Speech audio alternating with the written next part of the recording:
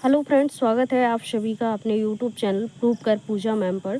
तो यहाँ पर आप लोगों के लिए एक वीडियो और एक खबर लेकर हम आए हैं। जिन लोगों को डाउट था कि जो क्षैतिज आरक्षण की अगर मैं बात करूँ, महिलाओं के लिए जो क्षैतिज आरक्षण होता है वो किस आधार पर बनता है और कट ऑफ कैसे बनती है। मतलब अगर मैं बात करूँ तो जितने भी अभी आपने वीडियो देखे होंगे, शायद मैंने यही की है कि उससे ज़्यादा उससे अच्छा करने की का प्रयास किया है कि अच्छे से मैं आपको बता सकूं सारी चीज़ें कि ओबीसी वाले जनरल में कैसे फ़ाइट करते हैं और एससी वाले ओबीसी में कैसे, मतलब सारी चीज़ें मैं यहाँ पर बताने वाली हूँ, करते हैं कि नहीं करते हैं और इस बार करेंगे कि नहीं करेंगे, ये सारी मैं जानकारी यहाँ पर देने वाली हूँ। तो सबसे पहले मैं कट ऑफ की बात करूँ तो सबसे पहले कट ऑफ की अगर मैं बात करूं यहाँ पर 2018 में 49,568 की अगर मैं बात करूं तो देखो यहाँ पर क्या हुआ था। महिलाओं की अगर मैं बात करूं तो यहाँ पर जो सबसे पहले आरक्षण की बात करूं तो जो यहाँ पर अनारक्षित की जनरल की बात करूं तो 215 गई थी,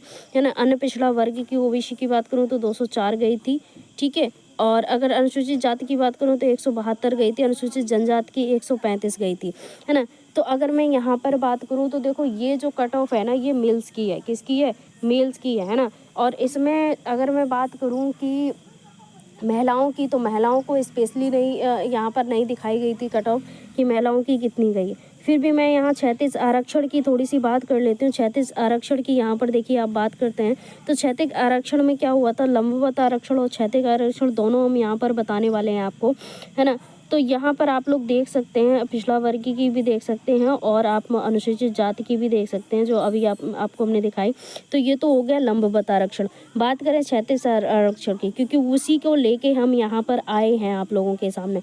तो देखो होता क्या है, अगर मैं बात करूँ, कुछ लोग ये कहते हैं कि इस बार मान लो अगर किसी के कोई ओबीसी कैटेगरी में हो और ओबीसी कैटेगरी की जो महिलाएं हैं वो जनरल में फ़ाइट करेंगी अगर उनके मार्क्स अच्छे हैं तो। लेकिन मैं यहाँ पर एक चीज़ यह बता दूँ, देखो अगर आप ओबीसी में हैं और अगर आप 29 प्लस हैं, है ना, या 28 प्लस आप जा रही हैं, क्योंकि जनरल के लिए 28 होती है और ओबीसी में आप क्या कर रहा है, आपको एज रिलैक्सेशन मिल रहा है, ठीक है।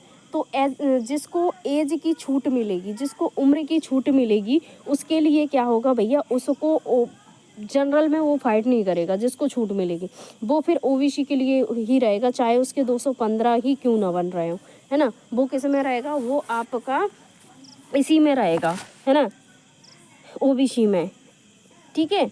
तो ये चीज़ यहाँ पर हमने थोड़ी सी बताई। आगे हम देखो यहाँ पर बात कर लेते हैं 2018 की अगर मैं बात करूँ, है ना। तो 2018 की जो आपका 49,568 की वैकेंसी थी उसकी मैं बात करूँ, फाइनल जो कट ऑफ रही थी, फाइनल जो मेरिट गई थी, है ना। क्योंकि उसमें क्या हुआ था, पहले क्या हुआ था, थोड़ा सा जो रनिंग में लड़कियाँ रह गई थी, फिर दोबारा से बुलाया गया था, तो महिलाओं की कट ऑफ ये गई थी। अब आप लोग देख सकते जनरल की अगर मैं बात करूं तो यहाँ पर आप देख सकते हैं किस आधार पर गई थी। ओबीसी की बात करूं 197 है, एससी की 147 है और एसटी की 91 है। तो इस आधार पर आप लोग देख सकते हैं ऐसी कट ऑफ गई थी, ठीक है। अब यहाँ पर आगे बात कर लेते हैं, थोड़ी सी और हम बात करेंगे, है ना, कि UP police constable final cut off 2018-19 की थोड़ी सी हम चर्चा करते हैं, है ना। क्योंकि हमें क्या समझाना है कि जिन लोगों को ये कन्फ्यूज़न है कि हम ईडब्ल्यूएस में आ रहे हैं या फिर हम ओबीसी में हैं और हमारे मार्क्स अच्छे हैं तो हम क्या जनरल में चले जाएंगे। और जो जनरल वालों को भी ये डाउट लग रहा है कि मतलब अगर ओबीसी वाली जनरल में आ जाएंगी तो मेरी कट ऑफ कम हो जाएगी, तो उनका डाउट थोड़ा सा दूर करना है। तो आप लोग यहाँ पर देख सकते हो, ठीक है। दूसरी चीज़ यहाँ पर देखो, एक सुप्रीम कोर्ट ने आदेश किया था कि आरक्षितों को सिर्फ कोटे में ही नौकरी मिलेगी। मतलब जिनका जो कोटा है, जिनका ईडब्ल्यूएस में आता है उनको ईडब्ल्यूएस के आरक्षण के हिसाब से मिलेगी, जिनका ओबीसी में आता है तो ओबीसी के हिसाब से मिलेगी, ठीक है। अब यहाँ पर थोड़ा सा डाउट थोड़ा सा हो जाता था पहले की अगर मैं बात करूँ, इस बार नहीं ऐसा होगा। पहले क्या हो जाता था कि अगर उनके मार्क्स अच्छे हैं, ठीक है, तो वो जनरल में फाइट कर जाती थी ओबीसी वाली। लेकिन इस बार क्या है, एज की बात आ गई है ना। तो जब एज की बात आ गई, जिनकी जिनकी एज है वो जनरल में फाइट नहीं करेंगी, ठीक है, क्योंकि उनको छूट मिल रही है, आरक्षण मिल रहा है। अब मैं यहाँ पर देखो थोड़ी सी फाइनल कट ऑफ की बात करती हूँ, है ना, कि कौन सी कट ऑफ की। तो जिन लोगों को डाउट है, बहुत सारे लोग, लड़कियां और मतलब सभी लोग पूछते हैं कि मैम मेरे इतने नंबर हैं, क्या मुझे रनिंग करनी चाहिए या नहीं करनी चाहिए। तो सबसे पहले मैं बताऊँ, लिस्ट की मैं बात करूँ, जो फर्स्ट लिस्ट आएगी फिजिकल के लिए, जो फर्स्ट लिस्ट आएगी उसकी मैं अगर बात करूँ तो उसके लिए ये नंबर आप रख लीजिए।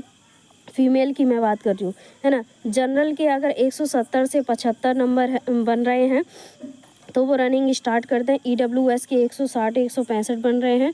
और OBC की अगर मैं बात करूं तो 163 168 बन रहे हैं, मतलब इनके बीच में बन रहे हैं, तो आप रनिंग स्टार्ट कर दीजिए।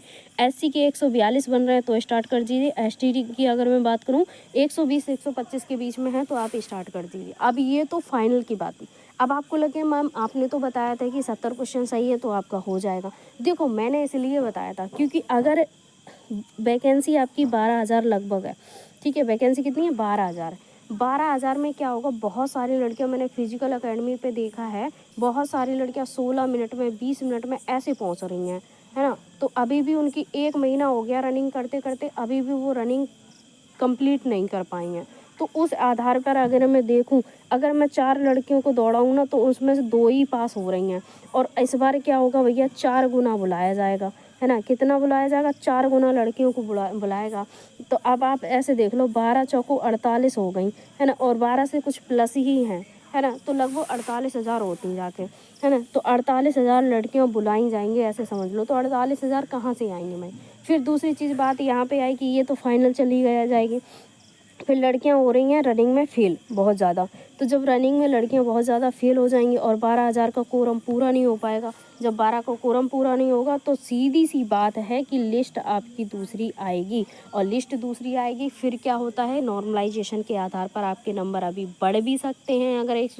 अगर आपके 70 क्वेश्चन सही हैं तो हो सकता है वो 75 हो जाए। 75 के हिसाब से हो सकता है 150 नंबर आपके बन जाएँ और 150 फिर मेरिट आपकी ले जाई जाए, क्योंकि इतनी कम ही आप देख सकते हो, खुद ही देख सकते हो। 160 EWS है, ठीक है। OBC आपकी 163 है, जनरल 170 है। तो आप इस आधार पर देख सकते हैं, परेशान होने की आवश्यकता नहीं है। अगर इस कैटेगरी में आपके इतने नंबर आ रहे हैं तो आप रनिंग स्टार्ट कर दो। और दूसरी चीज़, अगर इससे भी 70 से भी कम हैं आपके, जो लोग कमेंट करते हैं कि मैम मेरे अगर मैं बात करूँ तो 132 ही बन रहे हैं, कोई कह रहा है मेरे 135 ही बन रहे हैं, तो मैं उनको बताऊं, देखो यहाँ तो थोड़ा सा ही वो रह जाता है, उम्मीद रह जाती है कि आपका होगा सेकेंड लिस्ट में। फिर भी मैं ये कहूँगी कि मतलब थोड़ा सा देख लो और थोड़ा रिजल्ट का भी इंतज़ार कर लो आप लोग। बाकी आप लोग अगली वैकेंसी के लिए तैयारी करो, ठीक है। क्योंकि डाउट में रहना बहुत वो होती है, गलतफहमी सी हो जाती है ना। तो गलतफहमी में मत रहो, बस अब दूसरी वैकेंसी की तैयारी करो, ठीक है। बाकी जो लोग जो मैंने बताया है अभी तक, जैसे मतलब अगर फर्स्ट की अगर मैं बात करूँ, फर्स्ट में जितने लोग हैं वो आपके अगर 80 क्वेश्चन सही हैं EWS के, ठीक है। और जनरल की अगर मैं बात करूँ तो 170 75 के लगभग बन रहे हैं आपके नंबर। तो आप क्या करो भैया, रनिंग तैयारी शुरू कर दो, ठीक है। बात हुई आरक्षण की, तो मैंने आरक्षण का पूरा बता दिया है।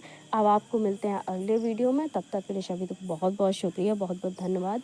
और पढ़ाई पे फोकस करिए, अगली वैकेंसी की तैयारी करिए। बाकी जिनके नंबर बन रहे हैं वो रनिंग करिए, ठीक है। सभी को राधे राधे, राम राम, जय श्री कृष्ण, वंदे मातरम।